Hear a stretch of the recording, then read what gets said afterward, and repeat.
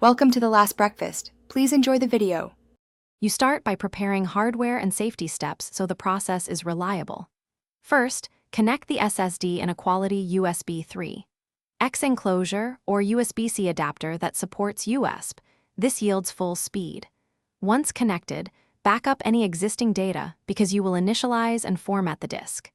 Make sure your computer recognizes the enclosure in Device Manager or System Information. If it shows, proceed to Disk Utilities to initialize the drive and choose GPT or MBR based on your needs. You now perform the key formatting and partitioning steps so the SSD behaves like a regular USB drive.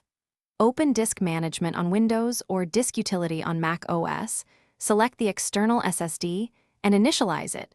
Prefer GPT for modern compatibility. Once initialized, create a partition and format it. Choose XFAT for maximum compatibility across Windows and Mac OS, or NTFS/HFS Plus if you need system-specific features. After formatting, assign a drive letter or mount point. You finish by verifying functionality and addressing problems quickly. Copy a few large and small files to test read/write stability and measure transfer speed. This confirms the enclosure and format are correct. Once satisfied, eject safely to avoid corruption, and then reconnect to verify automatic mounting.